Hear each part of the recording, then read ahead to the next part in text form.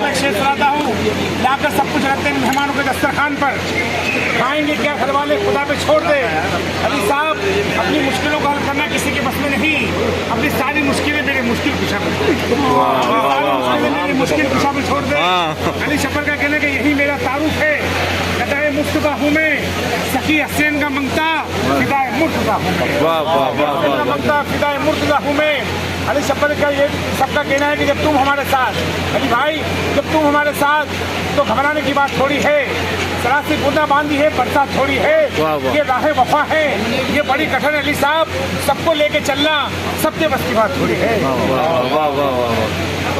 और एक और तरह मौला का शेर सुनाया था, यही तो पांच है मकसूद कायनात, खैरुन निसा हुसैन और अली मुस्तफा।